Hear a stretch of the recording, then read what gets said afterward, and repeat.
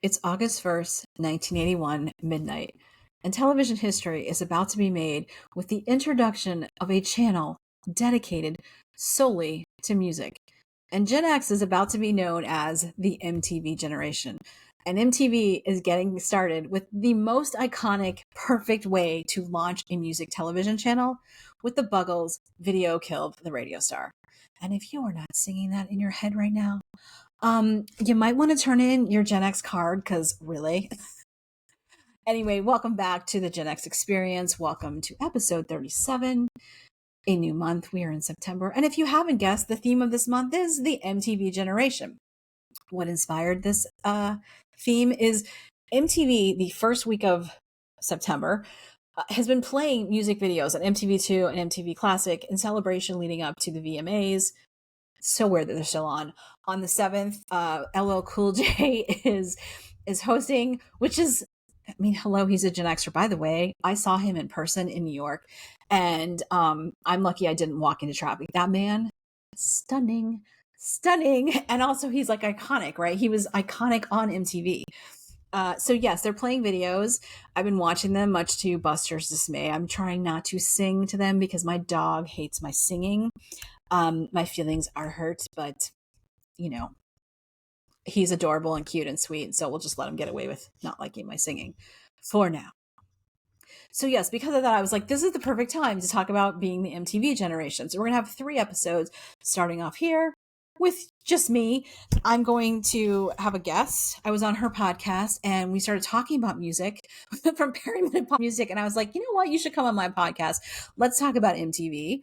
So when you're listening to this, I will be recording that episode. And then we're going to finish the month when fall officially kicks off by looking back at summer. We're going to do a new series, trying it out. That's going to be seasonal. And so this episode will be called Cruel Summer to keep in touch with the music theme. And also because what was summer besides hot, hot, hot? There were some crazy things that happened. We lost a lot of icons, some of them problematic. I turned another year old. Things went on. We're gonna talk about this. We're gonna do like seasonally. I will also be announcing our first book club pick. And if you're not following us on social media, we are the Gen X Experience Pod on Instagram and TikTok. You should be following us, tuning in, because I will be posting the final poll so you can pick. I'm going to narrow it down to like 3 or 4 choices. I want to do something kind of fall spooky-ish because, I mean, hello, it's September. Spooky season is coming up. Thanksgiving is coming up. We are finally getting temperatures that aren't going to make us melt. The leaves are changing. We're in pumpkin spice season. We're in apple and cinnamon season. Football has started, and my teams have won. The Gators won. They were playing an easy team, and Ohio State won. Because, yes, I'm a Buckeye by birth, literally born at The Ohio State University, and I went to University of Florida. So we have T-shirts for both. And basically, my sister and brother and I were raised that if we went to Michigan, my dad was going to disown us. And I do not think he was joking. I really don't. He would sit us down when we were little and play the Ohio State marching band. He had a record, I still have them, and make us listen to them. So like round on the ends, high in the middle. Don't you think that's quite a real? Yes, I'm not joking. It was serious business. Football was serious business in our house. You could hear my mother every weekend screaming at the TV, whether it was college or professional. So I'm very excited that fall's starting. Kids are back in school. Yeah, lots of things. I've already seen a couple Halloween decorations because here in Atlanta, people go nuts. It's a little early. But I'm excited to see that. So yeah, I think we're going to pick a book that maybe is not too scary. We'll see. You guys might get me to actually read my first Stephen King book. I'm just not a horror girl, even though, of course, I watch like, Nightmare on Elm Street, but whatever.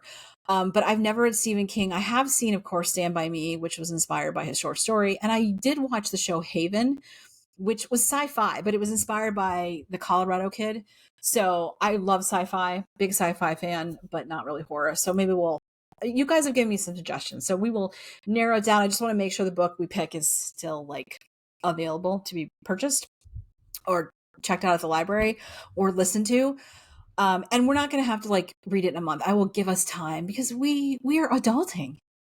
And adulting is annoying and it requires our attention on multiple things. And I want this book club to be fun, not torture. So I will also probably post the final poll on our next episode so that you can vote. But again, go to Instagram, go to TikTok, the GenX Experience Pod.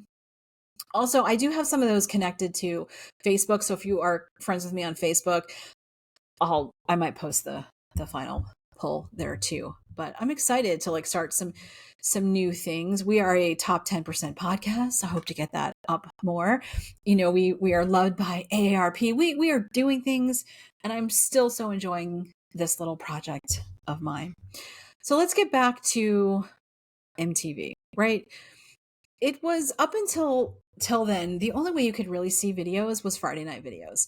And the only way you could really see your favorite artist perform, if you weren't like allowed to go to the concerts, like if you were little, was American Bandstand, Soul Train, or, you know, if there was like the Grammys, we would watch that, or, you know, concerts were broadcast on HBO. I remember watching Duran Duran because I love them. My dad bought me the cassette Seven and the Ragged Tiger, and because I was obsessed with Duran Duran, that and Prince. So my parents let me watch the concert because like I was too young to go. I remember I was watching it in their room, and there were some racy things like Girls on Film, and I was like, if mom and dad come in here, I'm not going to be allowed to watch this. I remember watching Hall & Oates. I remember watching Carly Simon.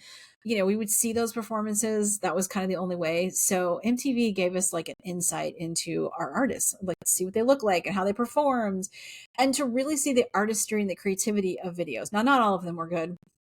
Let me just tell you, some of the ones I've been watching, I'm like, so you just basically went to a club, or, you know, and you just kind of recorded yourself singing. Like there was a Rod Stewart, you know, If You Think I'm Sexy. And I'm like, so he's just up there in the smallest, tightest leather pants performing. And then it would like switch to a bar scene where he's like picking up a woman, and then they go back to her place or his place and they're making out. And then they would stop and watch TV, basically watching him. Little weird. There was there was another video. Was it Foreigner? I can't remember, but it was a rock band, and they were just in a cage in a foggy room singing, acting all rock starish. You know what I'm talking about, in the way that rock stars like acted in the 80s and 90s. And then their fans were trying to break through the cage. I was like, wow, this is low budget. But then you had cool videos like, you know, Aha's Take on Me, Dire Straits, you know, Money for Nothing. We had the iconic performance of Aerosmith and Run DMC. You would get to see artists, you know, I was watching some videos this week, like Time After Time with Cyndi Lauper, and it was like a whole story, and which was cool, right? Seeing this whole video, like the lyrics and how they like interpret it into a story. And sometimes it was just performances. Sometimes they would record different concerts. I remember some Wham videos were like that, or Prince. There was like Raspberry Beret, and I mean, it's Prince. His videos were definitely memorable. There were some very like risque, you know, videos. Some that were like, what is going on here? Sometimes there were videos where there was no artist in there. It was just imagery. There was one that I was watching today, and it was just showing animals together. It was just, you know, and then like it was mixed with that and like old school movies of people kissing, like Fred Astaire and, you know, Marilyn Monroe, and just it was really interesting. And I will say the really cool thing this week about watching some of these videos was the way they made me feel. It was so, I would just be like watching them and they'd be in the background, I'd be working, and I was like, God, I just feel happy. Like physically, like just this feeling would come over me. And I was like, and just remembering the song, there was the 90s hour on, and all I heard was the beginning, the first notes, and I'm like, that's Fatboy Slim, Christopher Walken. And I'm like, weapon of choice. And I just had to stop and watch that video because it was iconic. It was so cool. I actually saw him once in New York. I think I called my sister and I'm like, I just saw Christopher Walken walk. I mean, I had to do it. And then, you know, the VMAs are coming up this weekend, and a very cool Gen Xer is hosting them by the name of LL Cool J, who I also saw in New York. My friend and I were walking to lunch or whatever, and across the street from our building was one of the music record labels. I can't remember which one. And he came out the door, and can I just tell you, my friend and I like just dead stop. We're just staring. We did not care. We're like, God, that man is stunning. And people were just staring. Because also he's like a very large guy. So, I mean, he's from Queens, New York. So it was just nice to see these videos and remember the joy they brought. And, remembering how we would come home from school and just turn on MTV and be in college and watch MTV. It would be in the background, or like you're getting ready and you have MTV on. And how we watched like 120 minutes because that was the alternative. And how Yo MTV Raps gave rap artists and hip hop artists a place to like showcase their artistry because they weren't really getting a lot of playtime on on radio yet. And we had Headbangers Ball. Was it Matt Penfield Headbangers Ball? Which was like metal, and we had Remote Control. We had Liquid Television. We had a dating show. Chris Hardwick and Jenny McCarthy. I mean, Jenny McCarthy, like, the fact that she has an influence on like our medical system to this day is crazy AF. And Chris Hardwick is still around doing stuff. He looks a little better because back then he's drinking. My brother-in-law, funny enough, cannot stand Chris Hardwick. We have like a little joke going on because, I actually was on one of Chris Hardwick's shows he did where he was interviewing celebrities, and I wrote in and I'm like, oh, and I got to ask a celebrity, James Corden, a question. And can I just tell you, it wasn't live. Like I got to ask him the question, he answered it, and I recorded it, and they had me do it a couple times. I look like a dork and sound like a dork because they were like, get really animated and excited and whatever. And so I'm like, that's not really how I am, but okay. But it was so cool to do that. We kind of saw the launch of reality TV with The Real World. Like I remember watching the first season of The Real World in college. Like we were all watching it because it was so unique and epic. And all of us were like, oh my God, we could be on MTV and like they could record our lives. How cool would that be? Things got a little crazier. Like I remember there was New York and then LA, Miami. I remember watching Miami and being in college. And I think it was like the last episode aired, and one of the people on it was Pedro. I think it's Pedro Zamora, if I'm correct. I could be wrong on his name, but his first name is definitely Pedro. And he had HIV and AIDS, and he actually died, I think, the night before the last episode aired. And it was really just groundbreaking to see someone that was like in our age group who was gay and had contracted, AIDS, HIV and AIDS, which was like a huge threat to us as a kid. Like we were like constantly being bombarded, like better have safe sex, use condoms, have the conversation, get tested, because if you catch this, you could die. It was a death sentence back then. So there were some definitely iconic moments that happened, and the VMAs and TRL and having VJs, right? Like this was like we had DJs who were on TV, so hence the video, disc jockeys or video jockeys. Like they were like iconic, right? Martha Quinn and Mark Goodman. You can still hear some of them on Sirius XM, the 80s station, and then you can also hear Downtown Julie Brown on the 90s station. If you went to New York, you could see when they had TRL, it was like open, so you could see it. And I actually interviewed at MTV for like a copywriting job.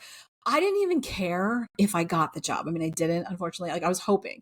I was just so excited to be considered and to get to go to the offices. I think it was like 2020 Broadway or whatever. I was just happy to be in the offices. I'm like, this is the coolest thing ever. I got to be in the MTV offices. I would have loved to work there. Although at the time, I don't know how long it would have lasted because MTV was starting to change. I mean, we also got MTV Unplugged, right? Where we would have concerts, performances, like very intimate performances, stripped down performances from Nirvana and George Michael. And they were like iconic performances. It led to VH1 where we had pop-up videos and behind the music, which was so entertaining and so interesting. And it gave you an introduction to different music. Like if you weren't hearing rap or hip hop on the radio, but you went to MTV, you got introduced to these artists. If you, had a little inkling of liking alternative like I did, you got to see these artists perform. If you were into metal, there was a place for you. There was really a place for everyone. I mean, unless you were a country music fan, like then they had what was it? CMTV or something like that later on. I remember that. So it was just kind of it's definitely an iconic part of our childhood, of our teenage years, of our young adult years. It made an impression, and when you watch the videos now, some of them I'm like, "Oh my god, I totally remember this." And others I'm like, "I don't remember this, but I know this song." And like there was Safety Dance and I was like, "Oh my god, yes." They're like performing like it's old time. It feels very like, I don't know, Pied Piper kind of thing. It was just really cool. And getting to see, like Michael Jackson with his videos that would come on, and Culture Club, and Prince, and Duran Duran, and Nirvana, and it was just such a cool time to be watching TV, because we really didn't have a lot of channels. Cable was just starting, because for the longest time you had very few channels, right? And then they would go off at midnight to static. First you'd hear the Star Spangled Banner, and then they would go to static. And, not everybody had cable.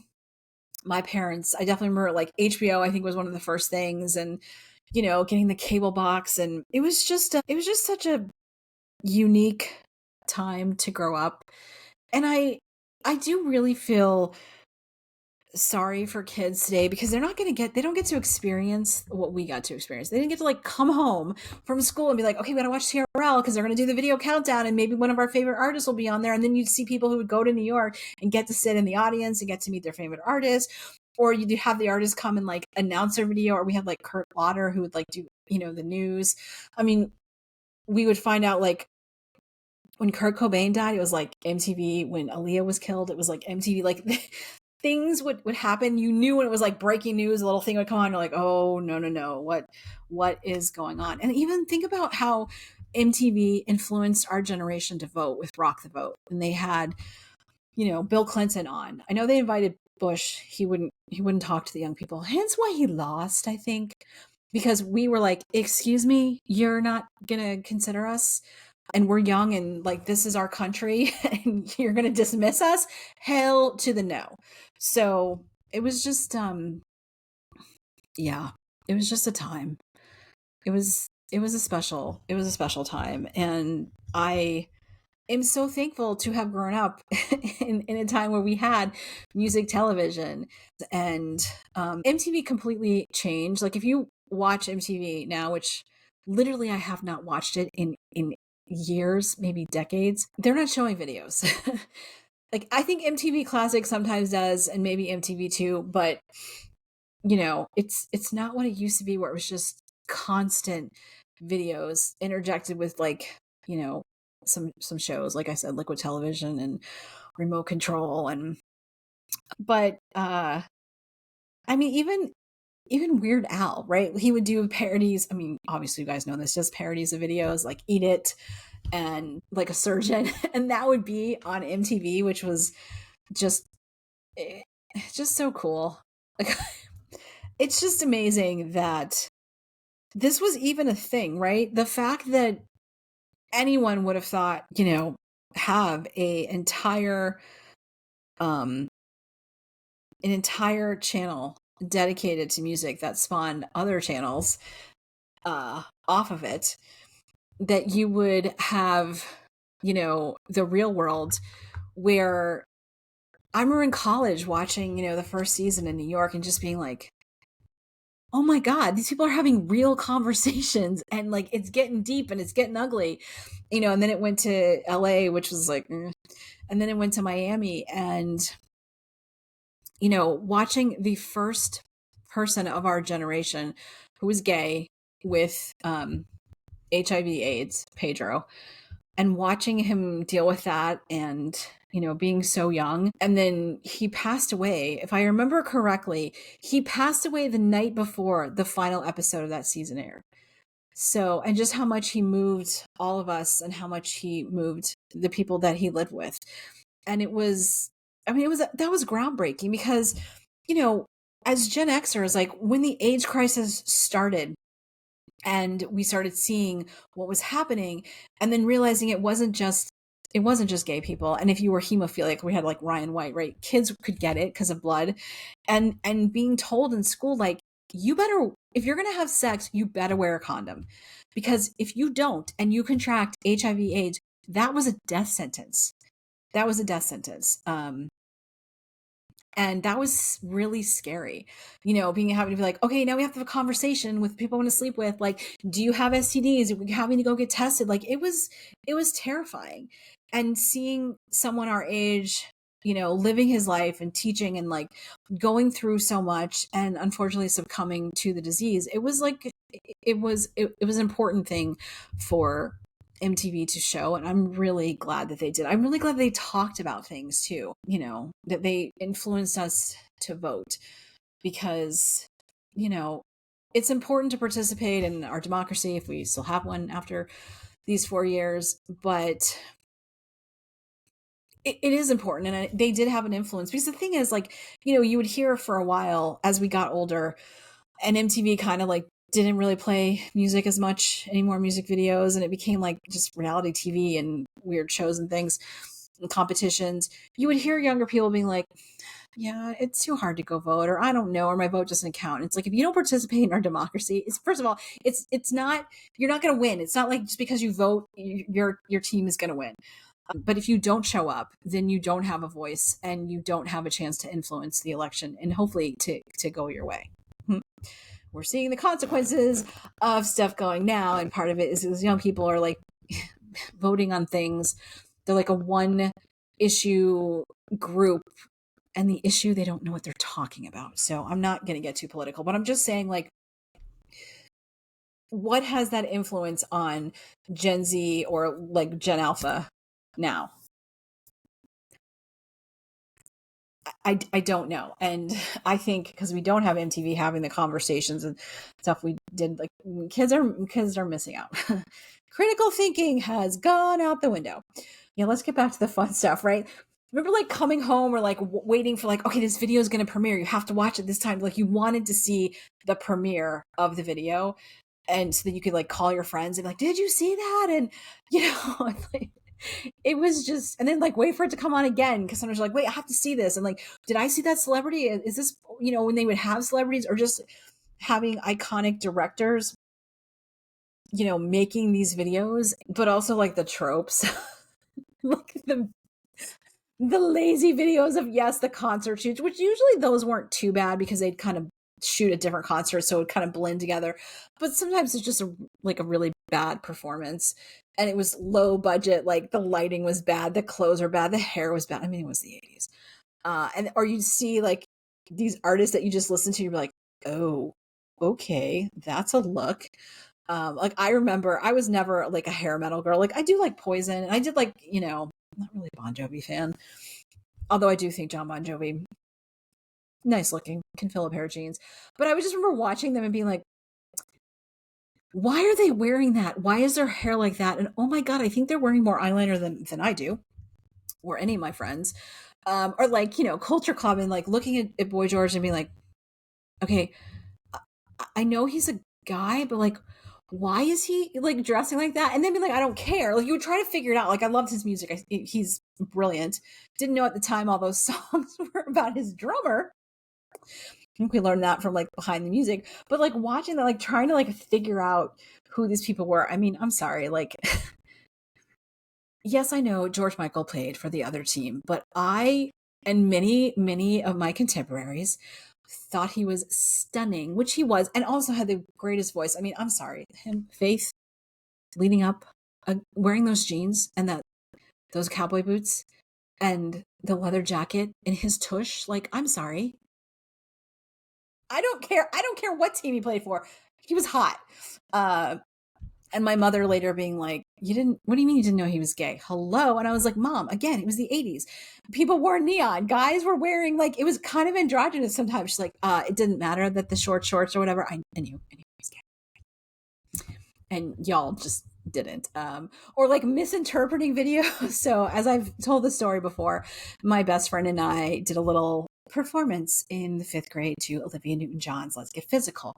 Now, we were influenced to do a workout performance in our little leotards and, leg warmers because we thought the song was about actual working out because that's what she's doing in the video. She's got these fat, unattractive, sweaty, gross men that she's getting to work out and they turn into hot men.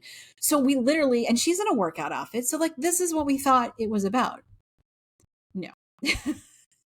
No, no, no, no, no, no, no, no. It was not about that. It was about a working out, a workout that you would do in your bedroom, hopefully with a condom. So, like, and then sometimes also like seeing things and going, oh, oh, that's what that means. Or just like watching these like rock stars or like these women that are like scantily clad, like Tawny Katane, right? Spread eagle on a car. And I'm like, okay, iconic. Not really cool, right? Because like honestly, this is how you're gonna treat women.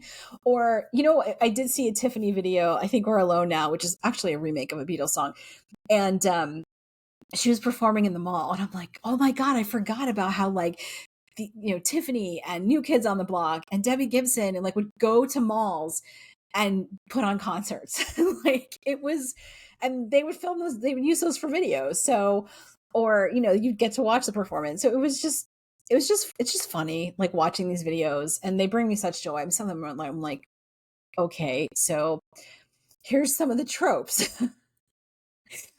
You're a rock star and you're like on the roof of a building, not like the iconic U2 video, but where the streets have no name. No, I'm talking about you're a rock star and like you're either on a rooftop pining away for someone and just singing and like your head's this way and your head's that way, kind of like ABBA influenced, and or you're walking down the street and you're like singing your heart out. It's an abandoned street, you're in an abandoned warehouse harassing women because it, yeah. Or the women would just be like posing or just wearing the weirdest things and I'm like, what are you doing? I saw a Lionel Richie video that had the guys that were in like Break In and Break Into Electric Boogaloo because they were dancers. And it was just neon everywhere and dancing and like break dancing. And it's just like, oh my God, could this be any more 80s than it was? It was a special time. It really was. And I'd love to know if you have any favorite videos or any ones that bring you fondness if you see them. Do you ever go on, sometimes I'll go on YouTube and watch like George Michael, Depeche Mode, Prince. I was watching an Ice House video, Electric Blue. I watched Carly Simon because her and Alanis Morissette just recently redid her song Coming Around Again, which I love that song. It's such a good song, and Alanis Morissette's version is just so heart-wrenching and moving. It's also really cool. There's this group called Not a Toy, and their song Doomsday Holiday just kind of randomly ran across it on TikTok. And if you look in the comments, every Gen Xer is like, oh my God, this sounds like Nine Inch Nails. So they did like a little blend with the Nine Inch Nails. It sounds like a Nine Inch Nails song. Speaking of which, I've seen some parents show their kids old videos and or show them or let them listen to like Nine Inch Nails, I Want to F You Like an Animal. The kids are like, oh my God, what, you listen to this? This is, and I'm like, yeah, yeah. And this song is freaking awesome. I think they're touring again. I mean, Trent Reznor, brilliant. I think he's won an Academy Award. Like we got introduced to like Eminem, and I think there's a documentary coming out about Stans. I will say, I'm about to wrap this up, but like, it feels like nostalgia is in the air. There's so many movies and concerts. Like you can watch Prince, go to a theater and watch him. There's a Jeff Buckley documentary that I recently went to see with a friend of mine. Loved him. 90s, brilliant, died way too young. Breakfast Club is coming back in theaters. I think they're doing a tour with like Better Off Dead. There's other movies. I think Back to the Future is going to come back into theaters. So there is a longing for these movies and these concerts from our childhood. I think there's going to be a Depeche Mode one, which I bought a VHS of their videos, Enjoy the Silence, and watch it over and over again. So I was obsessed with them in high school. This is kind of a rambling one, but like just looking back, sometimes I just like to do these rambly ones that just kind of let me reminisce, and I hope that you enjoy the ride. You guys do seem to like my solo uh my solo ramble. So hopefully it's because I'm telling a good story. So anyways, we're going to wrap this up. But yes, I'd love to know if you have any favorite videos that you are like remember fondly. If you've watched any of the MTV2 or MTV Classic from this week that's been playing. If you do go on YouTube, and I'd love to hear your thoughts. And again, do not forget to follow the podcast on Instagram and TikTok, the GenX Experience Pod. I make announcements there. It's a fun little community. More on TikTok, because Gen X is on TikTok. Let me just tell you, there's a whole community on TikTok. It is a little bit on Instagram, but like it's really blown up on TikTok. So I think it's pissing Gen Z off a little bit because they're coming at us, which is not very smart. And then they'll say things about us that are like, you don't know who we are. Don't poke the bear. So anyway, with that, my fellow MTV generationers, my fellow Gen Xers, thank you for tuning in. And I hope you enjoyed this episode, and stay tuned next week. I'll be talking with another fellow Gen Xer about MTV and music and how it really just kind of what it meant to us as kids and teenagers and how that evolved. Maybe we'll get into like singer-songwriters, because I also saw a video on TikTok, someone talking about Sarah McLachlan, and I was like, oh God, I went through that phase. I love her anyways, but I'm like, I went through that phase where I was like, I really want to listen to singer-songwriters because I'm a writer, and I just appreciate, and I still do. I love them. I appreciate them so much more, but I thought I was super deep, and I was like, I'm cool because I'm listening to Sarah McLachlan. I'm so deep. Never got to go to Lilith Fair, but anyway, I'm going to stop talking. But stay tuned. 2 more episodes coming up this month, and our first book. I almost said Bic Club. Our first book club pick will be coming up as well. So, without further ado, my fellow Gen Xers, until next time, don't you forget about me, because I will not forget about you.